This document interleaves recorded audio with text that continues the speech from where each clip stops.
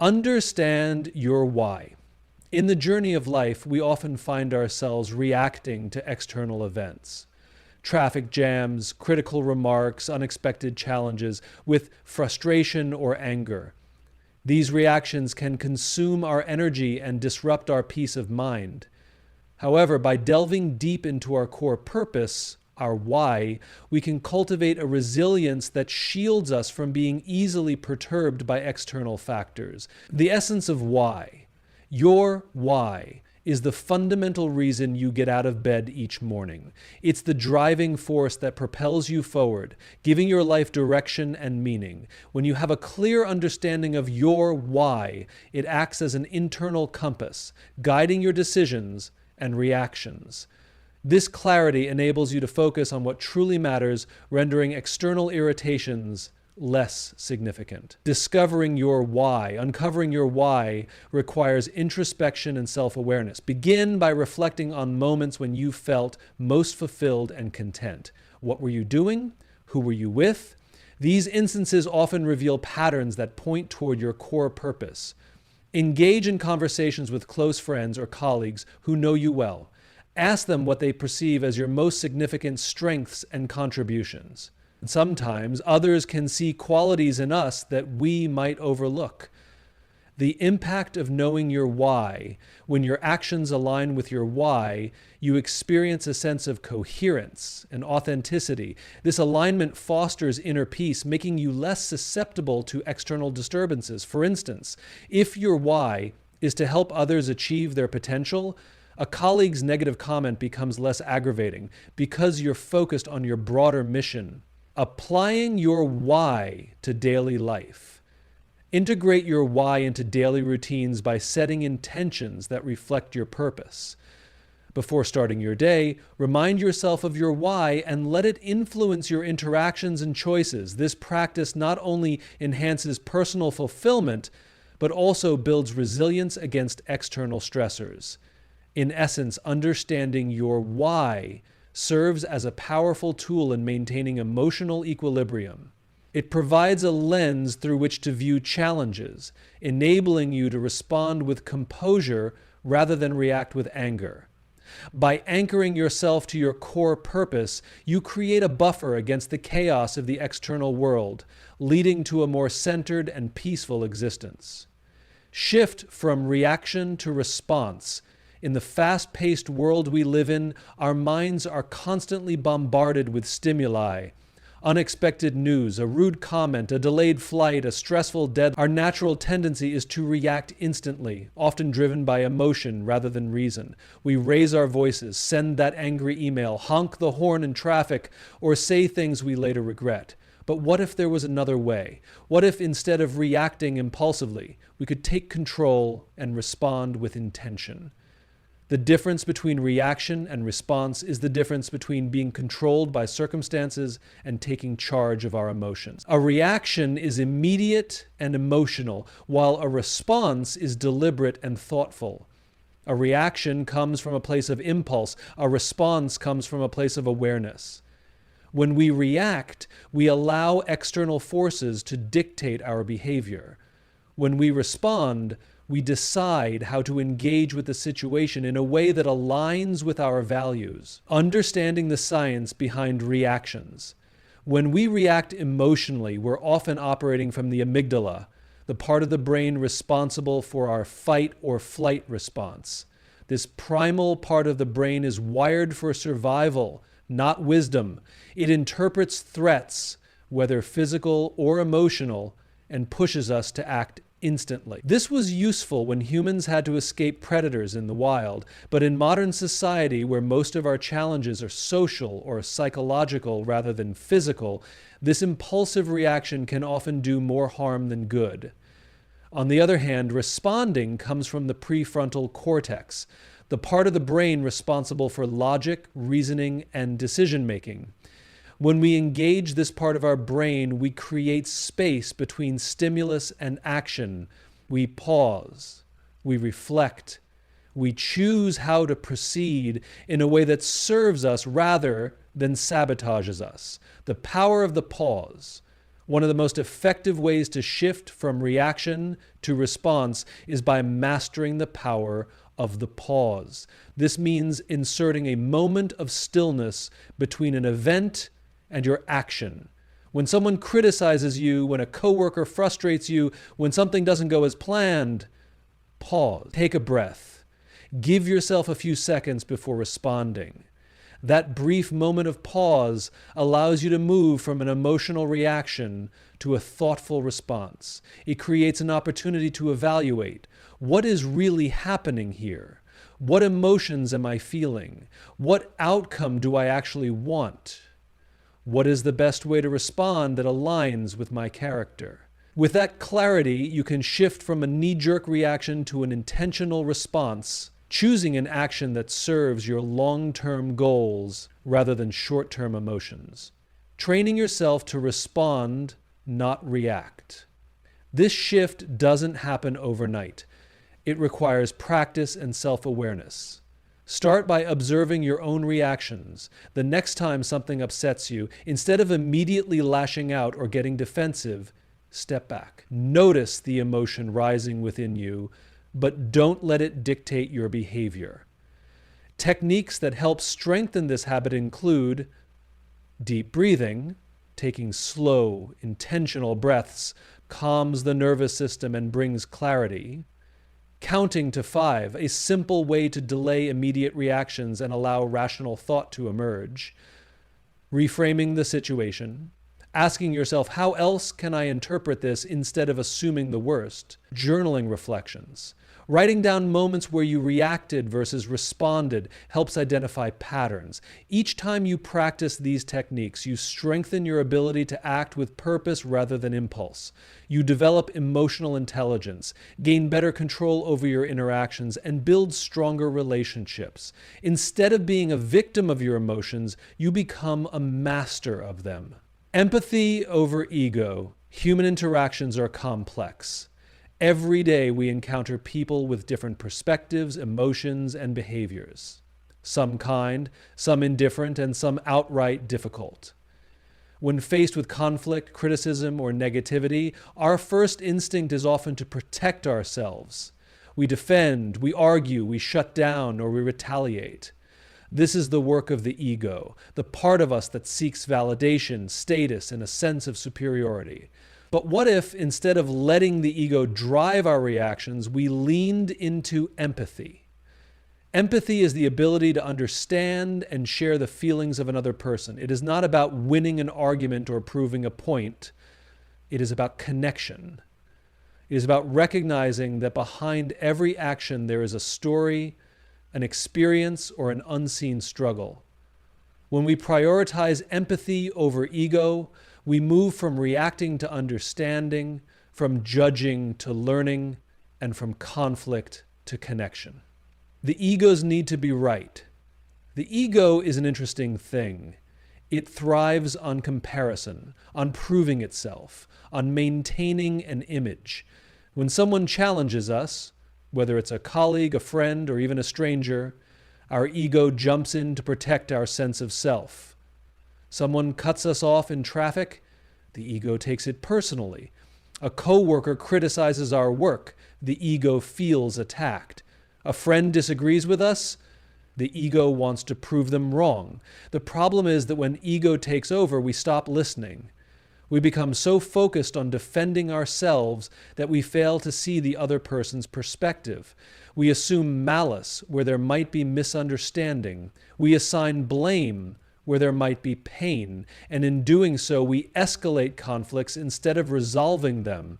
But when we shift from ego to empathy, we create space for understanding. We begin to see that most people's actions are not about us. They are about their own experiences, their own challenges, their own fears. The person who snapped at you in a meeting, maybe they're dealing with personal stress. The driver who cut you off, maybe they're rushing to the hospital. The friend who disagreed with you, maybe they just see the world through a different lens. Choosing to see beyond the surface empathy requires us to go beyond what people do and seek to understand why they do it. It asks us to put ourselves in someone else's shoes, even when it's uncomfortable, even when we don't agree, even when our ego screams for us to retaliate. A simple but powerful way to practice this is to assume positive intent. Instead of immediately assuming the worst about someone's actions, pause and consider, what might this person be going through? What fear or insecurity could be driving this behavior? If I were in their position, how would I want someone to respond to me? This doesn't mean tolerating toxic behavior or allowing people to mistreat us. It simply means recognizing that hurt people often hurt people. It means choosing curiosity over judgment. It means realizing that most conflicts aren't about right or wrong. They're about unmet needs, unspoken fears, and unhealed wounds. The power of listening. One of the greatest acts of empathy is listening. Not just hearing, but truly listening. Too often we listen only to respond, not to understand. We wait for our turn to speak, thinking about what we'll say next instead of absorbing what the other person is saying. When we practice active listening, we set our ego aside and focus entirely on the other person. We pay attention to their words, their tone, their body language. We ask thoughtful questions. We seek to understand before seeking to be understood. And in doing so, we create a space where real conversations can happen, where people feel seen, heard, and valued. Empathy as a strength, not a weakness. Some people mistake empathy for weakness. They believe that to be strong, they must be tough, assertive, unyielding, but true strength is not about overpowering others. It's about understanding them. It's about controlling your emotions rather than letting them control you. It's about responding with wisdom rather than reacting with pride. When we let go of the ego's need to win, to be right, or to prove something, we open ourselves up to growth. We build deeper relationships. We defuse conflicts instead of escalating them. We become the kind of person others trust and respect, not because we dominate conversations, but because we listen, because we care, because we lead with empathy instead of ego. Master the power of the pause. Life moves fast. Conversations unfold in real time, messages flood in, and decisions must be made on the spot. In a world that constantly demands quick reactions, we often feel pressured to respond instantly, to defend ourselves, to make a point, to fill the silence. But in that rush, we often act out of impulse rather than intention. The pause is one of the most powerful tools we have in mastering our emotions, refining our communication, and making better decisions. It is the space between stimulus and response where we shift from reacting to responding, from impulse to intention. The pause is not a sign of hesitation, it is a sign of strength. It is the mark of a leader, a thinker, a person who refuses to be controlled by fleeting emotions or external pressures. Why we struggle to pause. The need for instant reaction is deeply wired into our brains. In moments of stress, frustration, or conflict, our amygdala, the brain's emotional center, takes over. It pushes us into fight or flight mode, making us feel like we must react immediately. That's why we snap at someone in anger, fire off an email we later regret, or make hasty decisions that don't align with our true intentions. Pausing feels unnatural because it goes against our survival instincts. Our emotions demand immediate action. Our ego wants to defend itself. Our fear tells us to say something now before we lose control of the situation. But the irony is, when we act without pausing, we lose control. We hand over our power to emotions that will fade, to impulses that may not serve us in the long run. The power of the pause in different situations. 1. The pause in conflict. When someone criticizes you, insults you, or challenges your beliefs, your instinct is to fire back. Your ego feels threatened. You want to prove your point, to correct them, to win the argument. But what happens when you pause instead? You give yourself the space to listen instead of simply waiting for your turn to speak. You allow your emotions to settle before responding. You create an opportunity to ask yourself, what do I really want out of this conversation? Do I want to escalate the conflict, or do I want to seek understanding? Pausing doesn't mean surrendering. It means choosing how you engage. It allows you to lead the conversation rather than be led by your emotions. 2, the pause in decision-making. Many of the biggest regrets in life come from rushed decisions, whether it's quitting a job in frustration, making a major purchase in the heat of excitement, or saying yes to something before thinking it through. Impulsive decisions often lead to long-term consequences. Pausing gives you time to step back and ask, is this aligned with my values and goals? Am I making this decision from a place of emotion or wisdom? What are the long-term consequences of this choice?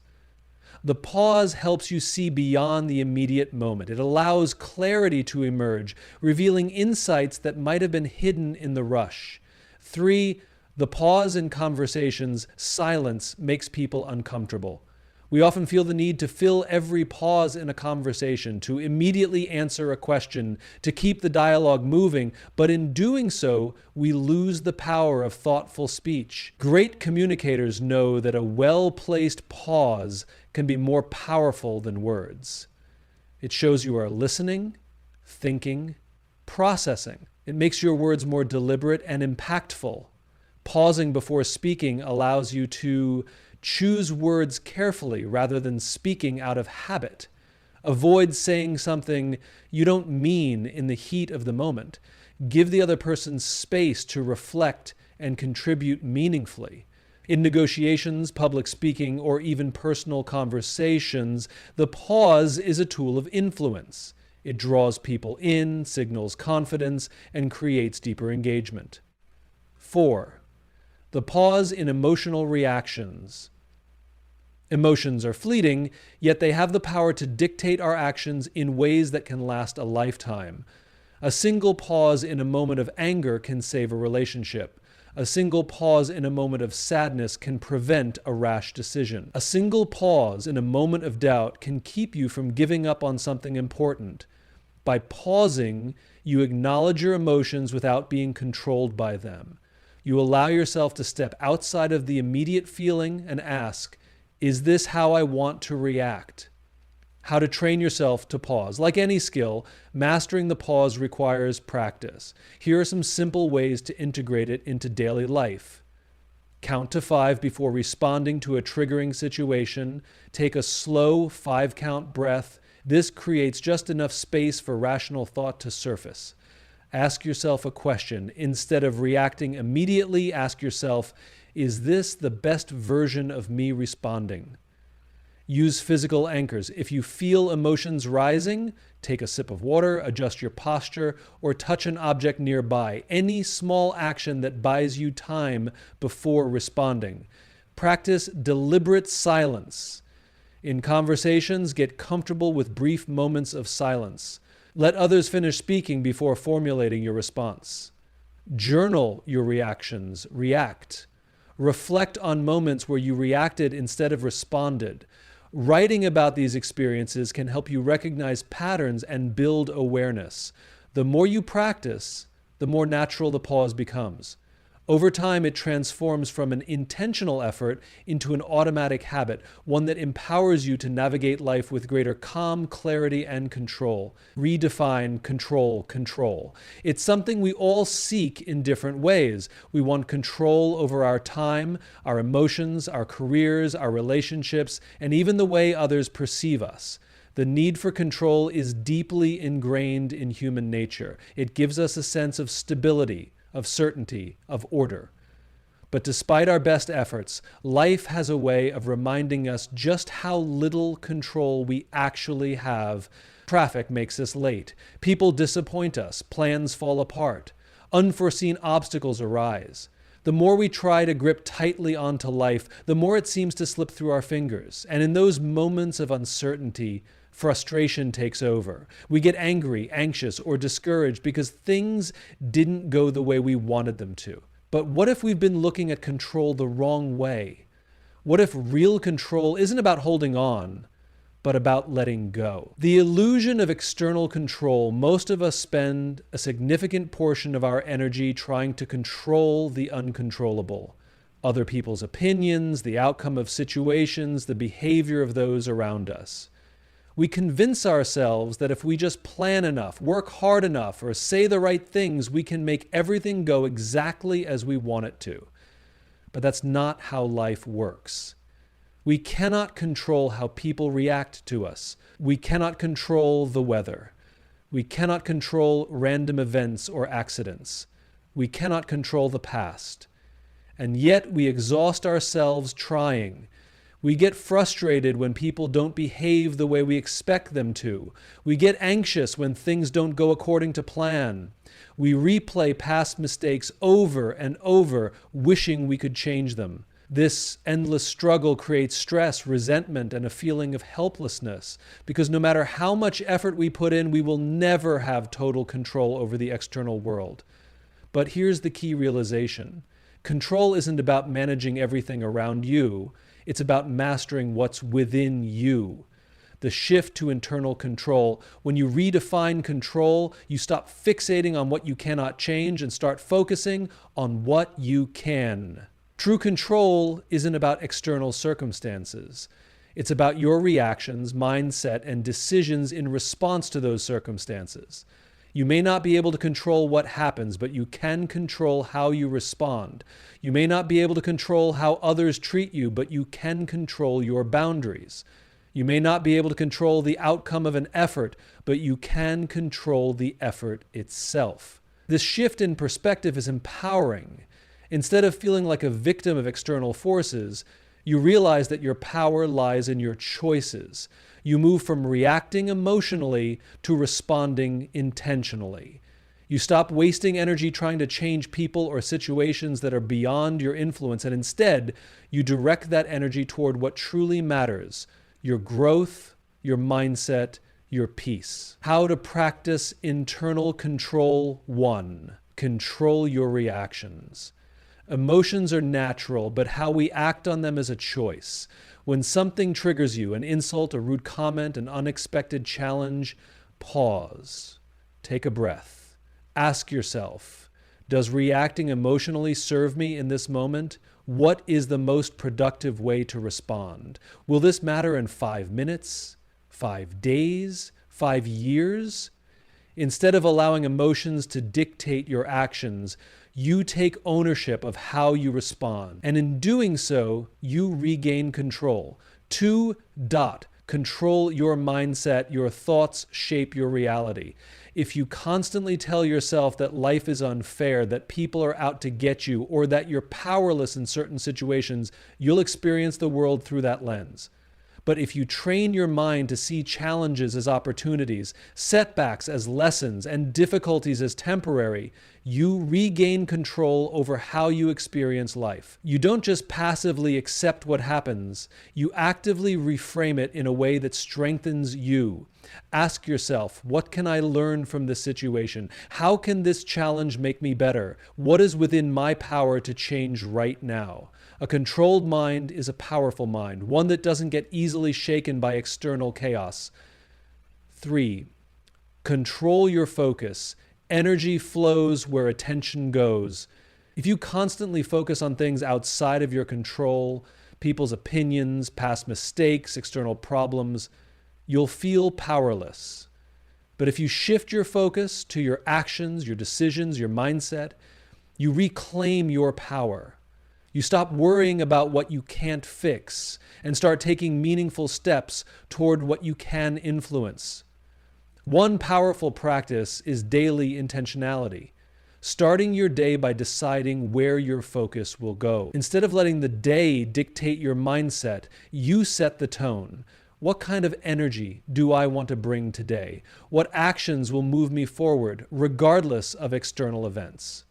How can I respond to challenges in a way that aligns with my values? By taking control of your focus, you ensure that external noise doesn't dictate your internal state. 4. Control your boundaries.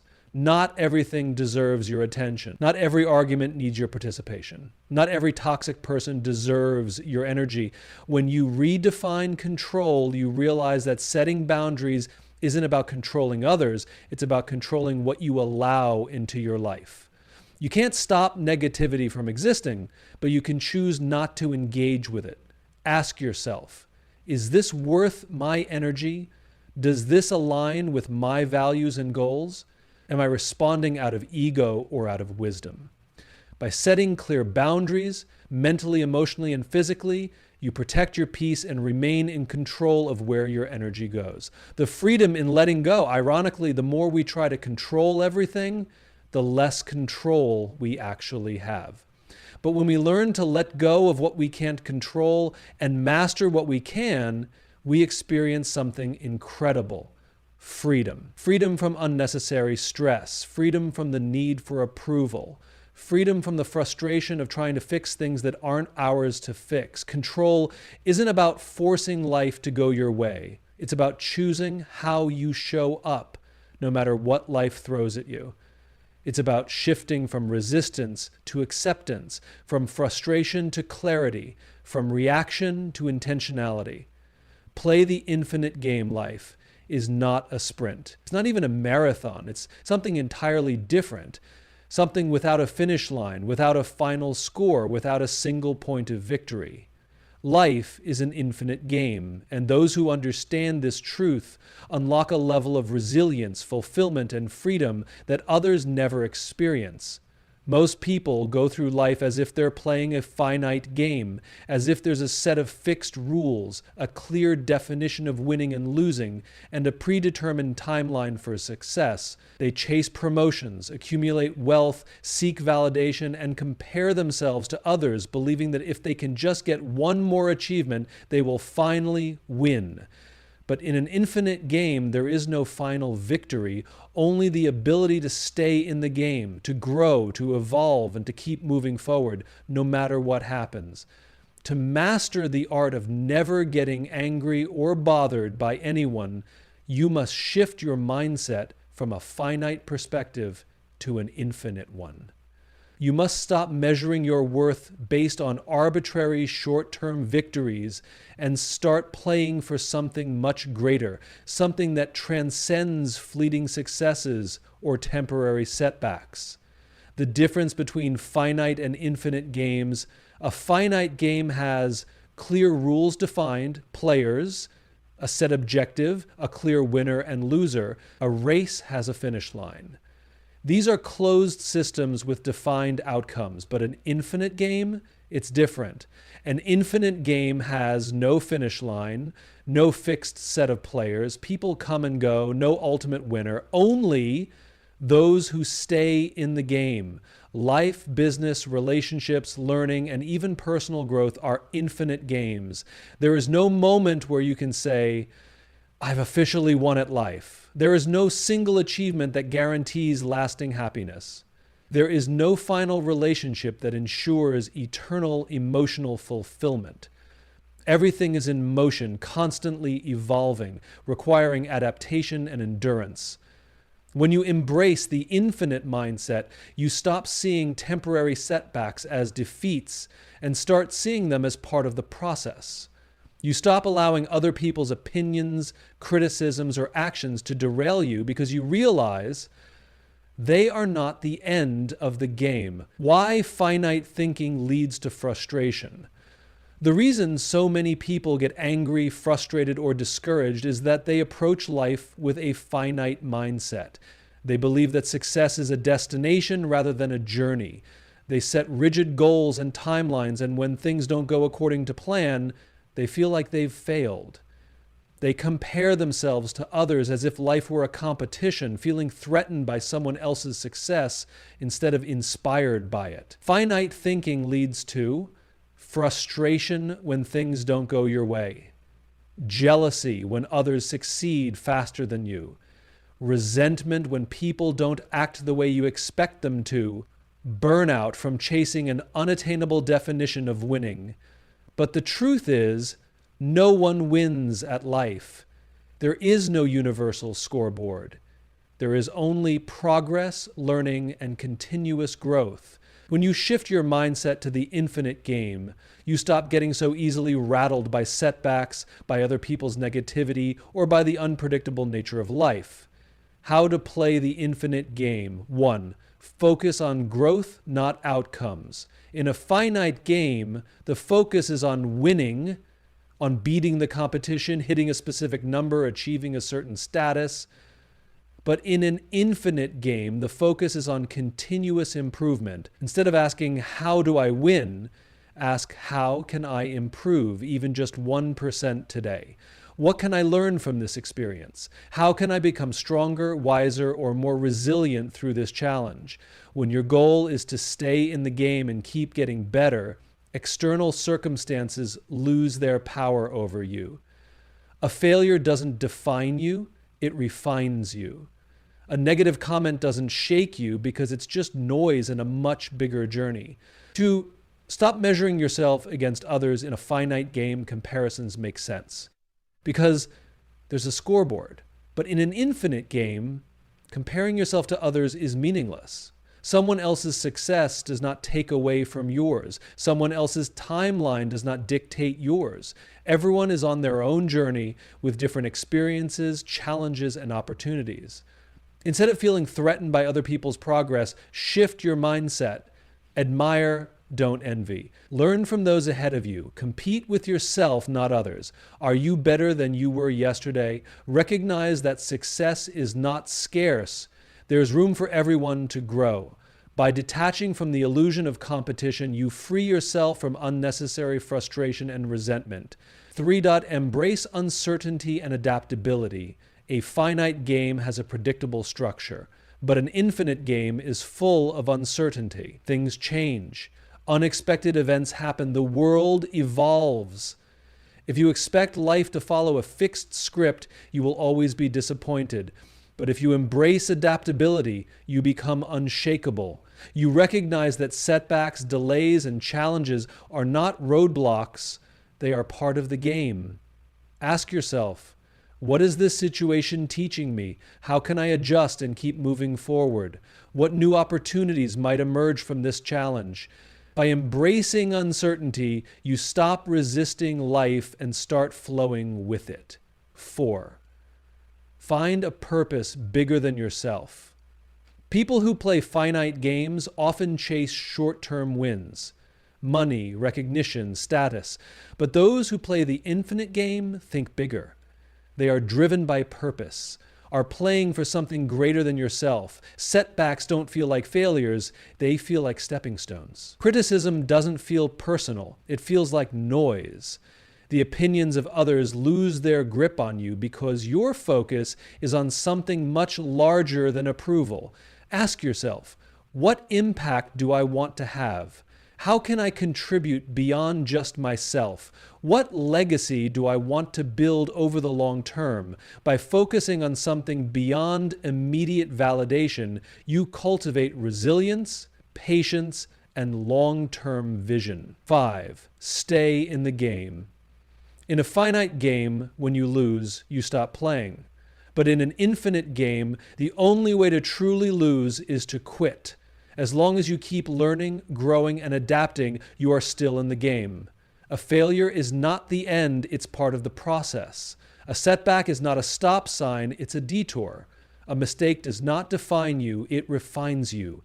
When you play the infinite game, you realize that nothing and no one has the power to stop you unless you let them. Life is not about winning or losing. It's about staying in the game, evolving and moving forward no matter what happens. The infinite mindset is the key to freedom. The moment you stop treating life as a competition with a finish line and start embracing it as an infinite journey, everything changes. You stop getting easily rattled by setbacks because you realize they are not the end. They are simply part of the process. You stop allowing other people's negativity to affect you because you understand that their actions and words are merely moments in an ongoing game, not defining events. When you focus on growth instead of immediate results, on progress instead of perfection, and on purpose instead of validation, you free yourself from frustration, anger, and unnecessary stress. You recognize that life is not about proving yourself, winning against others, or achieving some final status. It is about staying in the game, adapting, learning, and evolving. The ones who play the infinite game with patience, resilience, and vision are the ones who thrive. They are the ones who remain steady in the face of adversity, who refuse to be discouraged by temporary obstacles, and who keep moving forward no matter what. Because they know true success isn't about reaching an endpoint. It's about continuing the journey, growing every step of the way, and making an impact that lasts far beyond themselves.